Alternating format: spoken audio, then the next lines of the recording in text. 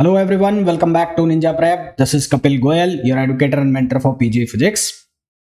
तो CUET PG 2025 physics के लिए महाकुंभ सीरीज में मैकेनिक्स का ये है लेक्चर नंबर 2। इसके पहले फर्स्ट लेक्चर मैंने कल ही किया था।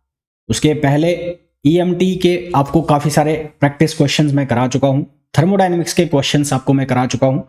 अगर आप लोगों ने वो लेक्चर्स नहीं देखे हैं, मतलब आप पहली बार विजिट कर रहे हैं, आप लोगों ने नहीं देखे हैं, तो प्लेलिस्ट में जाके आप वो सारे लेक्चर्स देख सकते हैं। ये लेक्चर जितना इंपॉर्टेंट आपके लिए होने वाला है, उतने ही वो सभी लेक्चर्स भी इंपॉर्टेंट है। और क्वेश्चंस जो पैटर्न है वो CUET PG जैसा ही है, यानी कि जो क्वेश्चंस की प्रैक्टिस आप करेंगे तो आपको बहुत ज़्यादा हेल्प होने वाली है CUET PG एग्जाम के अंदर। वीडियो को मैं कंटिन्यू करूं उसके पहले आप सभी लोगों से रिक्वेस्ट रहेगी, प्लीज़ वीडियो को लाइक ज़रूर कर दें, है ना। I again repeat, please video को लाइक ज़रूर कर दें। आपके लाइक करने से वीडियो की जो रीच है वो बढ़ती है। आपके तरह और भी लोग जो प्रिपरेशन कर रहे हैं CUET PG एग्ज़ाम की, वहाँ तक ये वीडियोस पहुँच जाते हैं। साथ ही साथ अगर आपने अभी तक भी चैनल को सब्सक्राइब नहीं किया है, आप रेगुलर विजिट करते हैं पर आपने चैनल को सब्सक्राइब नहीं किया है, पहली बार चैनल पर आए हैं, आपने चैनल को सब्सक्राइब नहीं किया है, तो प्लीज़ चैनल को सब्सक्राइब भी ज़रूर करें। पॉसिबल हो तो शेयर भी ज़रूर कर दीजिए। अगर आपको कोई कोर्स परचेज करना है, like test series, practice question batch या फिर क्रैश कोर्स आपको परचेज करना है, तो उसके लिए आप मेरा ऐप डाउनलोड कर लें, Ninja prep app by Kapil sir, जिसका लिंक आपको डिस्क्रिप्शन में भी मिल जाएगा। और वहाँ जाकर आप जो प्रैक्टिस क्वेश्चन बैच है, जो संजीवनी बैच है, वो परचेज आप कर सकते हैं। अगर आप क्रैश कोर्स के लिए देख रहे हैं तो क्रैश कोर्स आप ले सकते हैं, इम्पल्स या इम्पल्स प्लस। और अगर आप टेस्ट सीरीज के लिए देख रहे हैं तो टेस्ट सीरीज के लिए आप लीडर टेस्ट सीरीज ज्वाइन कर सकते हैं। तो वीडियो को मैं स्टार्ट करूं उसके पहले वापस से कहूंगा, प्लीज वीडियो को लाइक जरूर करें। तो चलिए स्टार्ट करते हैं आज का वीडियो। हेलो एवरीवन, तो क्वेश्चन नंबर फर्स्ट में हमें बोला गया है moment of inertia of a thin rod. एक थिन रॉड का मोमेंट ऑफ इनर्शिया क्या होता है। अब यहां पर हमें कुछ भी कंफर्म गिवन नहीं है कि उसके मिडिल पॉइंट के अबाउट निकलवाया जा रहा है या किसी एक एंड के अबाउट, तो हमें कुछ भी गिवन नहीं है। तो हम उस केस में जो उसका मिडिल पॉइंट है उसके अबाउट मोमेंट ऑफ इनर्शिया लिखेंगे। तो अगर मैं एक रॉड की बात करता हूं तो रॉड के अगर मिडिल पॉइंट के अबाउट, यानी कि इस एक्सिस के अबाउट, मान लो ये एक्सिस है x और x प्राइम, तो इस एक्सिस के अबाउट यदि मैं इसका मोमेंट ऑफ इनर्शिया लिखता हूं तो ये मोमेंट ऑफ इनर्शिया की वैल्यू कितनी आएगी, ml²/12। और यदि मैं इसका मोमेंट ऑफ इनर्शिया निकलता हूं अबाउट इट्स एंड, तो इस केस में एक एंड के अबाउट जो इसका मोमेंट ऑफ इनर्शिया आता है वो आता है ml²/3। तो मैंने कहा कि यहाँ पर कुछ भी हमें गिवन नहीं है, तो हम इसका आंसर किसके अबाउट लिखेंगे, इसका आंसर लिखेंगे हम ऑप्शन ए। नेक्स्ट क्वेश्चन पे आइए। नेक्स्ट क्वेश्चन में बोला है total energy of a circular disc rolling on a table. तो एक सर्कुलर डिस्क है जो एक टेबल के ऊपर रोल कर रही है। तो ये मान लेते हैं टेबल है, ये टेबल है, और इस टेबल के ऊपर जो ये सर्कुलर डिस्क है ये रोल कर रही है ऐसे, ठीक है। ये सर्कुलर डिस्क है, तो ये एक एक्सिस हो गया, ये एक्सिस हो गया, तो ये इस तरह से आगे की तरफ मोशन कर रही है। तो इसके पास अब दो वेलोसिटी है, एक एंगुलर वेलोसिटी है या एक रोटेशनल मोशन है, और एक इसके पास ट्रांसलेशन मोशन है। तो इसकी जो टोटल एनर्जी होगी वो किसके बराबर होगी, rotational kinetic energy plus translation kinetic energy, और rotational kinetic energy plus translation kinetic energy. Rotational kinetic energy जो है वो लिखी जाएगी ½I⍵², और जो ट्रांसलेशन काइनेटिक एनर्जी है वो लिखी जाएगी ½mv²। Since v equals to होता है ω/r, तो v को हम लिख देंगे ω/r, और I डिस्क के लिए I की जो वैल्यू है वो हम लिखेंगे mr²/2। तो ये वैल्यूज हम यहाँ पर रिप्लेस कर देंगे, तो ये बन जाएगा mr²/2। ओमेगा की जगह हम लिख देंगे I⍵² है, तो इसको ओमेगा को ओमेगा रहने दो यहाँ पर एज इट इज, यहाँ पर इसको ओमेगा रहने दो, और यहाँ पर चेंजेस हो जाएंगे क्या, v की जगह आप लिख दो ω/r, तो ये हो जाएगा ω²r²। तो ये हमारे पास बनेगा mr²ω²/4 प्लस ये हो जाएगा mω²r²/2। तो ओवरऑल जब हम इसको सिंप्लीफाई करेंगे तो आंसर हमारे पास आएगा 3/4 mr²ω²। तो ये हमारे पास टोटल एनर्जी हो गई।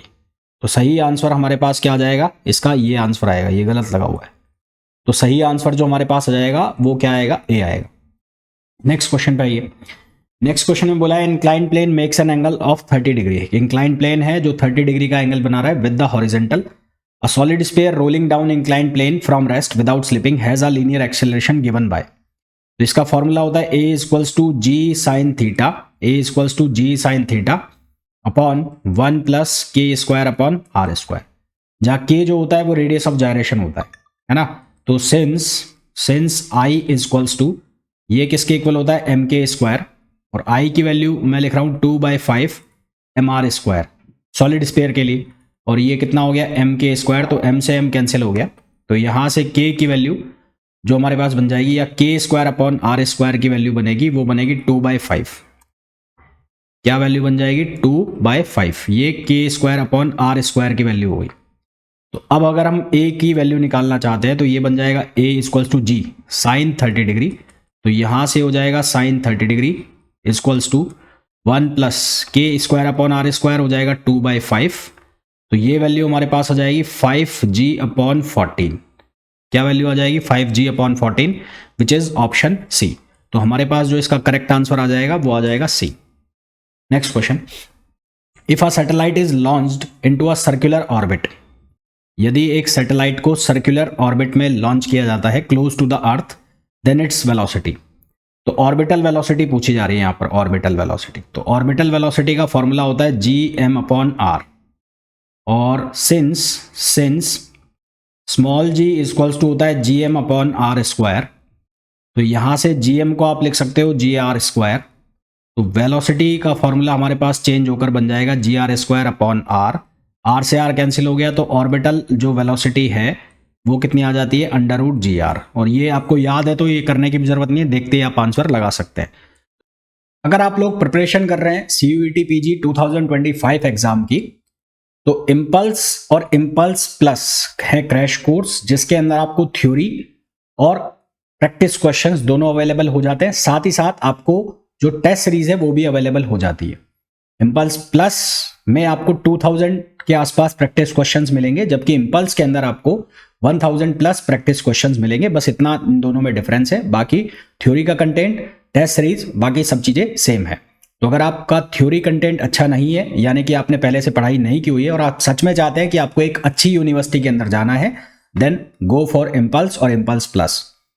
और अगर आप ऐसे स्टूडेंट हैं जिन्होंने जैम के प्रिपरेशन किया हुआ है, या सेल्फ प्रिपरेशन करके भी आपने जो थ्योरी है वो अपना स्ट्रॉन्ग किया हुआ है, पर CUET PG के रिलेटेड जो क्वेश्चंस है, या फिर क्वेश्चंस के ऊपर आपका कमांड नहीं है, आपको क्वेश्चंस सॉल्व करने में प्रॉब्लम हो रही है, then go for Sanjivani batch. Sanjivani batch is a practice question batch, जिसमें आपको प्रैक्टिस क्वेश्चंस मिलेंगे विद प्रॉपर फॉर्मूला के साथ आपको सॉल्व कराया गया है।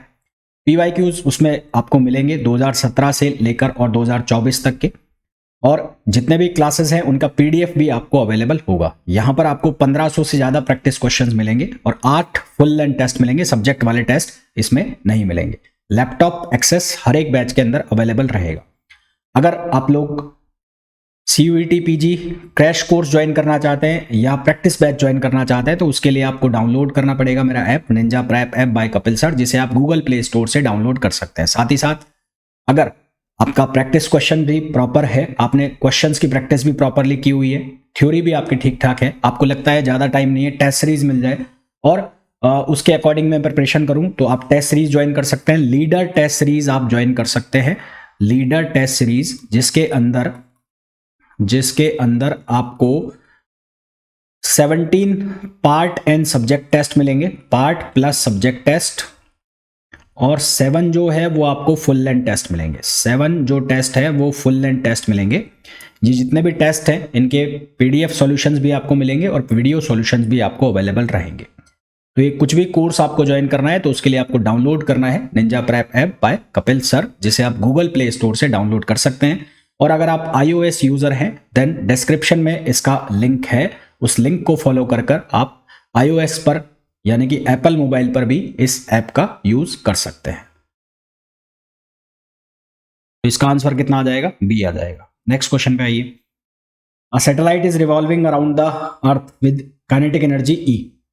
How much kinetic energy should be given to it so that it escape from the earth, यानी कि एस्केप एनर्जी कितनी हो, तो एस्केप एनर्जी किसके बराबर होनी चाहिए? E के बराबर ही होगी काइनेटिक एनर्जी। आंसर हमारे पास क्या आ जाएगा? E आ जाएगा।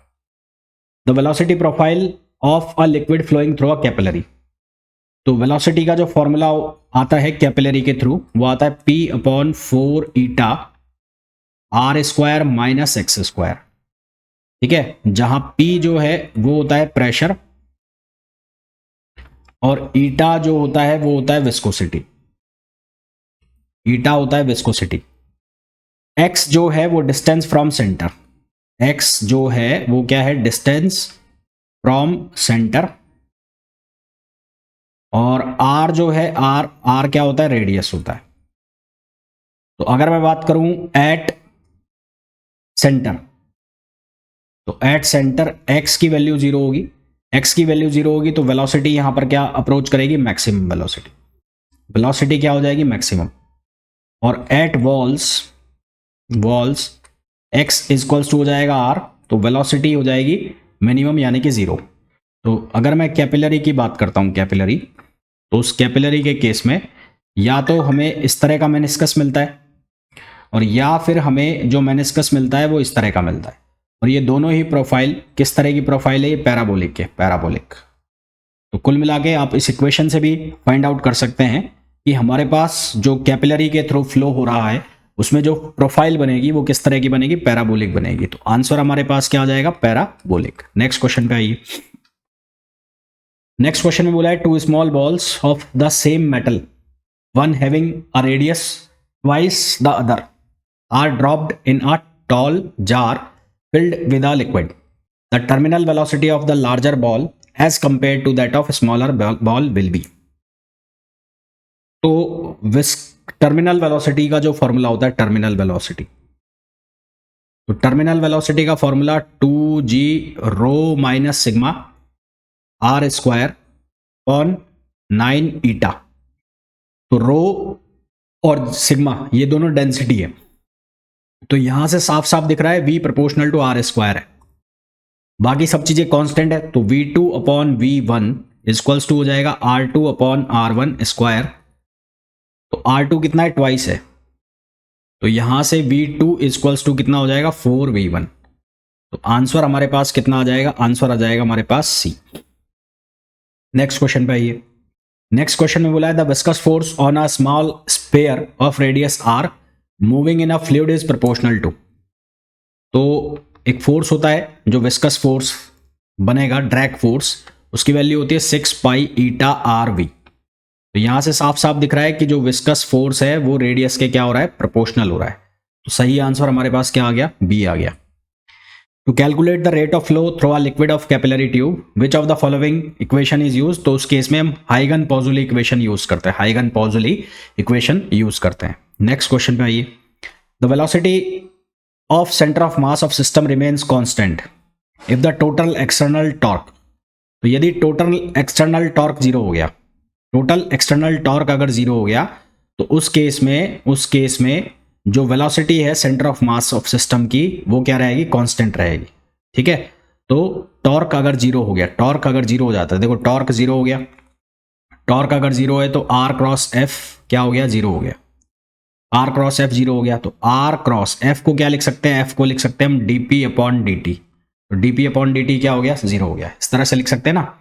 और पी का मीनिंग क्या हो गया, यहां से ये एंगुलर मोमेंटम भी बन गया। टॉर्क अगर जीरो हो गया तो ये एंगुलर मोमेंटम भी बन गया। तो जे जो है वो कांस्टेंट आ गया, जे का मतलब है एंगुलर मोमेंटम कांस्टेंट आ गया। दैट मीन्स कि जो सेंटर ऑफ मास की वेलोसिटी है वो क्या रहने वाली है, कांस्टेंट रहने वाली है। नेक्स्ट क्वेश्चन पे आइए। नेक्स्ट क्वेश्चन में बोला है two particles of equal masses have velocity v1 and v2। तो v1 जो वेलोसिटी है वो है 2i कैप और v2 जो वेलोसिटी है वो है 2j cap. First particle has an acceleration, पहले पार्टिकल का जो एक्सेलरेशन है वो गिवन है, कितना है, 3i cap plus 3j cap. While the other acceleration, दूसरे का जो एक्सेलरेशन है वो zero. The centre of mass of two particles move in a path of. तो सेंटर ऑफ मास जो है वो किस पाथ में जाएगा वो हमें बताना है। तो सबसे पहले इसकी वेलोसिटी हम निकाल लेते हैं सेंटर ऑफ मास की। तो सेंटर ऑफ मास की वेलोसिटी VCM किसके इक्वल होगी, m1 v1 plus m2 v2 upon m1 plus m2, m1 plus m2। Equal मास है दोनों का, तो इसको हम लिख सकते हैं v1 प्लस v2 अपॉन 2। तो यहाँ से अगर v1 प्लस v2 की वैल्यू अगर मैं डाल देता हूँ तो यहाँ से हमारे पास आएगा i प्लस जे, ये बनेगा i cap plus J cap. Similarly हम निकाल लेते हैं ACM, तो ACM क्या बन जाएगा, वो बन जाएगा A1 प्लस A2 अपॉन 2। तो A2 0 है, A1 हमारे पास है, तो यहाँ से बन जाएगा 3/2 i प्लस जे कैप। तो यहाँ पर भी i प्लस जे कैप आ रहा है, यहाँ पर भी i प्लस जे कैप आ रहा है। दैट मीन्स कि जो वेलोसिटी और एक्सेलरेशन है वो एक दूसरे के पैरेलल है ना। तो we can see that VCM is parallel to ACM। VCM और ACM एक दूसरे के पैरेलल है। दैट मीन्स कि जो पाथ होगा वो क्या होगा, स्ट्रेट लाइन होगा। So the path will be straight line, path will be straight line. तो ये जो पाथ होगा वो क्या होगा, स्ट्रेट लाइन पाथ होगा। नेक्स्ट क्वेश्चन पे आइए। नेक्स्ट क्वेश्चन में बोला है if there is no external torque acting on a body about its center of mass, then the velocity of the center of mass remains constant. If there is no external torque on a body about its center of mass, then the velocity of center of mass remains constant. और दूसरा है the linear momentum of an isolated system remains constant. तो isolated system की जो linear momentum है वो constant रहती है, बिल्कुल ठीक है, ठीक है। और पहला जो स्टेटमेंट है कि एक्सटर्नल टॉर्क नहीं है अगर सेंटर ऑफ मास के अबाउट, तो velocity of centre of mass जो है वो रिमेन कांस्टेंट रहेगी। तो ये गड़बड़ स्टेटमेंट है। तो स्टेटमेंट 1 जो है वो फॉल्स हो गया, स्टेटमेंट ट्रू जो सेकंड जो है वो ट्रू हो गया। नेक्स्ट क्वेश्चन पे आइए। नेक्स्ट क्वेश्चन बोला है Pascal's law is working principle of hydraulic lift. बिल्कुल ठीक है। पास्कल लॉ ये कहता है कि यदि कोई फ्लूइड रेस्ट में है तो एक पर्टिकुलर पॉइंट पर उसके ऊपर लगने वाला प्रेशर हर डायरेक्शन में सेम होता है। और इसके ऊपर बहुत सारे डिवाइस काम करते हैं, जैसे कि हाइड्रोलिक रैम हो गया, हाइड्रोलिक लिफ्ट हो गई, है ना, तो हाइड्रोलिक प्रेस हो गई। तो बहुत सारी जो डिवाइसेस हैं वो इसके ऊपर काम करते हैं। और प्रेशर किसके इक्वल होता है, थर्स्ट अपॉन एरिया। अब ये दोनों ही स्टेटमेंट ठीक है, पर पहला जो स्टेटमेंट है यानी कि पहला जो असर्शन है उसका रीजन सही नहीं है कि pressure is equal to thrust upon area. दोनों अपने अपने जगह ठीक है, पर दोनों एक दूसरे से रिलेट नहीं कर रहे हैं। तो both assertion and reasons are true, but reason is not the correct explanation of assertion. तो हमारे पास जो आंसर लगेगा इसका वो क्या लगेगा, बी। नेक्स्ट क्वेश्चन असर्शन में दिया है the flow of fluid is said to be steady if at any given point the velocity of each passing fluid particle remains constant. बिल्कुल ठीक बात है कि फ्लो ऑफ फ्लूइड जो है वो स्टेडी होगा यदि हर एक पॉइंट के ऊपर जो velocity of each passing fluid particle है वो क्या रहती है, कांस्टेंट रहती है। बिल्कुल ठीक है। उसके बाद दूसरा जो रीजन हमें दिया गया है उसमें the path taken by fluid particle under a steady flow is streamline, ये भी सही है। दोनों ही अलग अलग स्टेटमेंट है, दोनों सही है अपने जगह, पर दोनों एक दूसरे से रिलेट नहीं कर रहे हैं। यानी कि जो असर्शन है वो भी सही है, रीजन है वो भी सही है, पर रीजन जो है वो असर्शन का करेक्ट एक्सप्लेनेशन नहीं है। तो सही आंसर क्या आएगा, बी आ जाएगा, बी।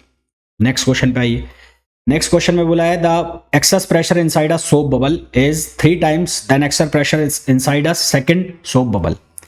तो सोप बबल के लिए प्रेशर का फॉर्मूला आता है 4s upon are, 4s upon are. तो यहां से दिख रहा है P proportional to 1 upon r. P proportional to 1 upon r है तो हम यहां से लिख सकते हैं P1 upon P2 equals to ये हो जाएगा R2 अपॉन R1। तो R2 अपॉन R1 हो जाएगा, यहां से हमारे पास ये फॉर्मूला बन गया। तो ratio of the surface area हमें बताना है ना। तो हमें ये गिवन है कि जो excess pressure inside a soap bubble is 3 times then excess pressure inside a second soap bubble का 3 times है, सेकंड सोप बबल का 3 times है, यानी कि ये हो गया 3। तो R2 अपॉन R1 का रेशियो हो गया 3 हो गया। अब एरिया जो है वो प्रोपोर्शनल होता है R स्क्वायर के। तो A1 अपॉन A2 ये किसके बराबर हो जाएगा, ये हो जाएगा R1 अपॉन R2 का होल स्क्वायर। तो यहाँ तो हमारे पास R2 अपॉन R1 है और हमें चाहिए R1 अपॉन R2, तो इसका रेसिप्रोकल करके इसका स्क्वायर कर दो, तो ये हो जाएगा 1 अपॉन 9। तो राइट आंसर हमारे पास क्या आ जाएगा, 1 अपॉन 9। नेक्स्ट क्वेश्चन पे आइए। नेक्स्ट क्वेश्चन में बोला है if W1 be the work to be done to form a bubble of volume V from a given solution, the work required to be done to form a bubble of volume 2V। तो volume जो है वो किसके बराबर होता है, वो होता है 4/3 pi R cube, 4/3 pi R cube. तो यहाँ से हम वैल्यू निकालेंगे आर की, और आर की वैल्यू किसके इक्वल होगी 3v/4 पाई, 3v/4 पाई और पावर 1/3। तो वर्क डन जो है वो किसके बराबर लिखे हम S × 4πr²। S का मतलब हो गया सरफेस एनर्जी या सरफेस टेंशन, और एरिया हो गया 4πr²। तो R की वैल्यू हमने लिख ली है, तो W = S और 4 पाई और R की वैल्यू डाल दो, तो ये हो जाएगा 3v/4 पाई और ये हो जाएगा पावर 2/3। तो यहाँ से W प्रोपोर्शनल टू हो गया V की पावर 2/3। V का मतलब हो गया वॉल्यूम, उसकी पावर 2/3। तो यहाँ से हम लिखते हैं W2/W1 = V2/V1 पावर 2/3। तो V2/V1 यानी कि V2 की जगह आप 2V वैल्यू डालते हो, तो 2V डालोगे तो यहाँ से क्या बन जाएगा 2 पावर 2/3। तो ये फॉर्मूला हमारे पास बनेगा 4 पावर 1/3। तो W2 = 4 पावर 1/3 और W1, ये हमारे पास आंसर आ जाएगा। तो करेक्ट आंसर हमारे पास आ जाएगा ऑप्शन बी। नेक्स्ट, अगर आप लोग प्रिपरेशन कर रहे हैं CUET PG 2025 एग्जाम की, तो इम्पल्स और इम्पल्स प्लस है क्रैश कोर्स, जिसके अंदर आपको थ्योरी और प्रैक्टिस क्वेश्चंस दोनों अवेलेबल हो जाते हैं। साथ ही साथ आपको जो टेस्ट सीरीज है वो भी अवेलेबल हो जाती है। इम्पल्स प्लस में आपको 2000 के आसपास प्रैक्टिस क्वेश्चंस मिलेंगे, जबकि इम्पल्स के अंदर आपको 1000 प्लस प्रैक्टिस क्वेश्चंस मिलेंगे। बस इतना इन दोनों में डिफरेंस है, बाकी थ्योरी का कंटेंट, टेस्ट सीरीज, बाकी सब चीजें सेम है। तो अगर आपका थ्योरी कंटेंट अच्छा नहीं है, यानी कि आपने पहले से पढ़ाई नहीं की हुई है और आप सच में चाहते हैं कि आपको एक अच्छी यूनिवर्सिटी के अंदर जाना है, देन गो फॉर इम्पल्स और इम्पल्स प्लस। और अगर आप ऐसे स्टूडेंट हैं जिन्होंने जैम के प्रिपरेशन किया हुआ है या सेल्फ प्रिपरेशन करके भी आपने जो थ्योरी है वो अपना स्ट्रॉन्ग किया हुआ है, पर CUET PG के रिलेटेड जो क्वेश्चंस है या फिर क्वेश्चंस के ऊपर आपका कमांड नहीं है, आपको क्वेश्चंस सॉल्व करने में प्रॉब्लम हो रही है, then go for Sanjivani batch. Sanjivani batch is a practice question batch, जिसमें आपको प्रैक्टिस क्वेश्चंस मिलेंगे विद प्रॉपर फॉर्मूला के साथ आपको सॉल्व कराया गया है। PYQs उसमें आपको मिलेंगे 2017 से लेकर और 2024 तक के, और जितने भी क्लासेस हैं उनका PDF भी आपको अवेलेबल होगा। यहां पर आपको 1500 से ज्यादा प्रैक्टिस क्वेश्चंस मिलेंगे और 8 फुल लेंथ टेस्ट मिलेंगे, सब्जेक्ट वाले टेस्ट इसमें नहीं मिलेंगे। लैपटॉप एक्सेस हर एक बैच के अंदर अवेलेबल रहेगा। अगर आप लोग CUET PG crash course join करना चाहते हैं या प्रैक्टिस बैच ज्वाइन करना चाहते हैं, तो उसके लिए आपको डाउनलोड करना पड़ेगा मेरा app Ninja prep app by Kapil sir, जिसे आप गूगल प्ले स्टोर से डाउनलोड कर सकते हैं। साथ ही साथ अगर आपका प्रैक्टिस क्वेश्चन भी प्रॉपर है, आपने क्वेश्चंस की प्रैक्टिस भी प्रॉपरली की हुई है, थ्योरी भी आपकी ठीक ठाक है, आपको लगता है ज़्यादा टाइम नहीं है, टेस्ट सीरीज मिल जाए और उसके अकॉर्डिंग मैं प्रिपरेशन करूं, तो आप टेस्ट सीरीज ज्वाइन कर सकते हैं। लीडर टेस्ट सीरीज आप ज्वाइन कर सकते हैं। लीडर टेस्ट सीरीज जिसके अंदर आपको 17 पार्ट एंड सब्जेक्ट टेस्ट मिलेंगे, पार्ट प्लस सब्जेक्ट टेस्ट, और 7 जो है वो आपको फुल लेंथ टेस्ट मिलेंगे। 7 जो टेस्ट है वो फुल लेंथ टेस्ट मिलेंगे। ये जितने भी टेस्ट हैं इनके PDF सॉल्यूशंस भी आपको मिलेंगे और वीडियो सॉल्यूशंस भी आपको अवेलेबल रहेंगे। तो ये कुछ भी कोर्स आपको ज्वाइन करना है तो उसके लिए आपको डाउनलोड करना है Ninja prep app by Kapil sir, जिसे आप गूगल प्ले स्टोर से डाउनलोड कर सकते हैं। और अगर आप iOS यूजर हैं देन डिस्क्रिप्शन में इसका लिंक है, उस लिंक को फॉलो कर आप iOS पर यानी कि एप्पल मोबाइल पर भी इस ऐप का यूज कर सकते हैं।